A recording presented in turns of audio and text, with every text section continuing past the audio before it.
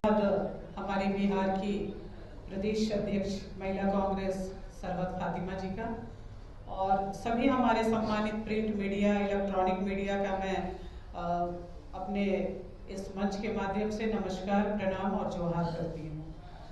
बहुत सारी बातें जो आप लोगों को अभी हमारी प्रदेश अध्यक्ष ने कहा, निश्चित रूप से नहीं है। बिहार की तो जो बात है वो दिल दहलाने वाली घटनाएं आए दिन सोशल मीडिया और न्यूज के माध्यम से सामने आ रहा है। निश्चित रूप से बिहार का मैंने कुछ अपनी बच्चियों का स्टेटमेंट देखा, किस तरह से वो पूरी तरह से सहमी हुई है। जो हमारी नीट की छात्रा के साथ हुआ, ये कहीं से भी इनको छुपाने में नहीं बन रहा है कि इनके ही लीडर इसमें इन्वॉल्व हैं।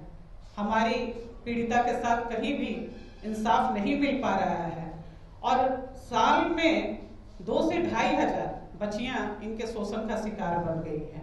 जो बिहार राज्य शांति और अमन का राज्य माना जाता था, जहां बेटियां निर्भीक होकर सड़कों पे चलती थी, आज वो राज्य शोषण, गैंग रेप और बलात्कार जैसी घटनाओं का शिकार बना हुआ है। घोर निंदा करती हूं मैं इस सरकार का कि सत्ता में आते तो हैं, बहुत बड़ी बड़ी वादे करते हैं, बहुत बड़े बड़े जुमले फेंकते हैं, लेकिन देश के प्रधानमंत्री और देश के मुखिया नरेंद्र मोदी जी ने ही कहा था कि बेटी बचाएंगे और बेटी पढ़ाएंगे। ना बेटियां बच पा रही हैं इनके भाजपा शासित राज्य में और ना बेटियां पढ़ पा रही हैं। जब बेटियां बचेंगी ही नहीं तो पढ़ेंगी कहां से? हमारी पहली प्राथमिकता महिला सुरक्षा है और महिलाओं के साथ, हमारी बच्चियों के साथ जहां भी अन्याय होगा, निश्चित रूप से सड़क से लेके सदन तक हम ईंट से ईंट बजाने का काम करेंगे। और मैं पूछना चाहती हूँ, वर्तमान की जो यहाँ सरकार है, मैं पूछना चाहती हूँ कि आखिर उन बेटियों का कसूर क्या है जिसे एक एक कर आप अपनी सत्ता का शिकार बना रहे हैं।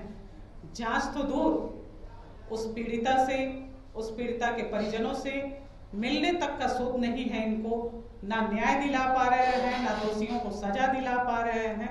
आखिर इसके पीछे कारण क्या है? महिला कांग्रेस की प्रभारी के नाते मेरा ये दौरा बिहार का पहला है।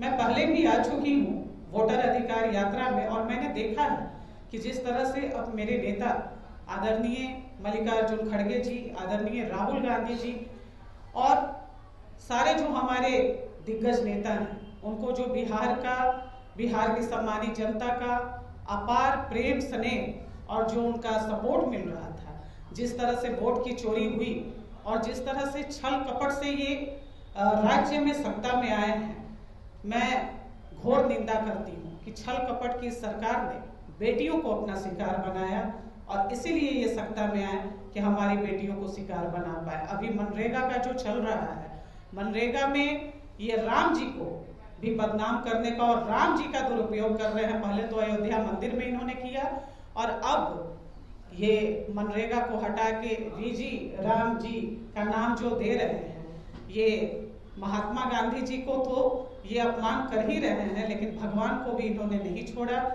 जो साल में लोगों को 100 दिन का काम मिलता था, बस ये कारण आया कि इनको नाम बदलना पड़ रहा है। नाम मनरेगा योजना ग्राम पंचायत का अधिकार है और पंचायत के प्रतिनिधित्व जो करते हैं उनका ये अधिकार क्षेत्र आता है। ये कौन होते हैं डिसाइड करने वाले कि किन मजदूरों को काम मिलेगा? निश्चित रूप से ये पलायन को बढ़ावा दे रहे हैं और मजदूरों के साथ ये शोषण करने का काम कर रहे हैं। अभी हमारा पहला काम है कि हम संगठन को प्रदेश लेवल से ले जाकर प्रखंड लेवल तक जो हमारी कमेटियां और निश्चित रूप से हमारी प्रदेश अध्यक्ष सरवत जी के नेतृत्व में महिला कांग्रेस मजबूती से चुनाव में भी काम की है, आगे भी इनके नेतृत्व में अच्छा काम चलेगा। और हमारी जो सह प्रभारी सेक्रेटरी इंचार्ज आई हुई हैं, इनको भी यहाँ पे राज्य में जो जिम्मा दिया गया है, जिलावार प्रखंडवार जाकर और कमेटी को मजबूत करेंगी।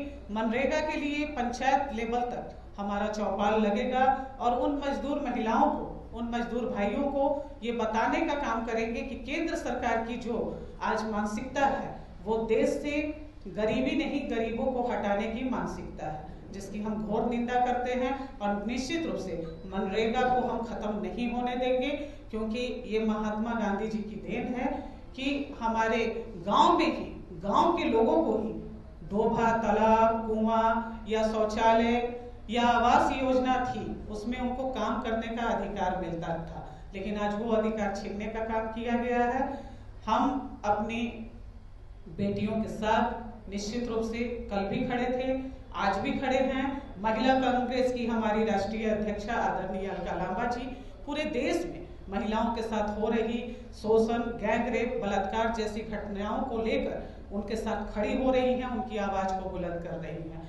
मैं इस राज्य के मुख्यमंत्री नीतीश कुमार जी को ये जरूर कहना चाहूंगी कि नीतीश कुमार जी, आप ये देखें कि आप मुख्यमंत्री होने से पहले आप इस राज्य के एक नागरिक हैं, और पहली प्राथमिकता आपकी बनती है कि आप उन बेटियों की, उन बहनों की सुरक्षा करें जो आज आपके लीडर का ही शिकार बन रही हैं। इसीलिए वो जांच के दायरे में नहीं जा पा रहा है और ना दोषियों को इंसाफ मिल पा रहा है। आरक्षण का मुद्दा 33% का इन्होंने कहा, लेकिन उन्हें छलने का काम किया, महिला सुरक्षा के नाम पे भी छलने का काम किया, और जहां जहां भाजपा शासित राज्य है वहां पे हमारी बच्चियां सुरक्षित नहीं है।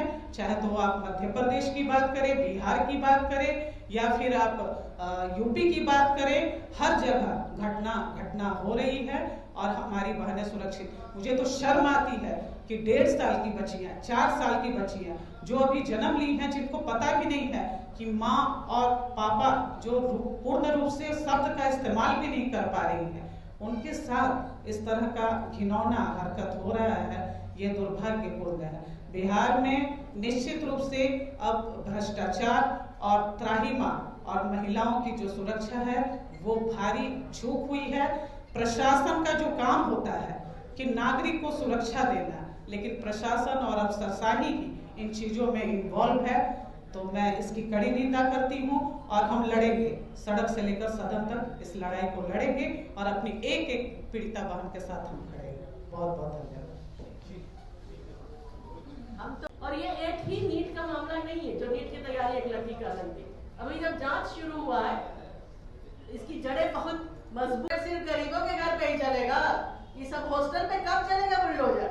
इंतजार कर रही है कांग्रेस पार्टी कि बुलडोजर का रुख थोड़ा उधर भी घुमा दे, या डीजल पेट्रोल खत्म हो गया तो हमसे भी देने का काम करते हैं। बहुत बहुत धन्यवाद आप लोगों का।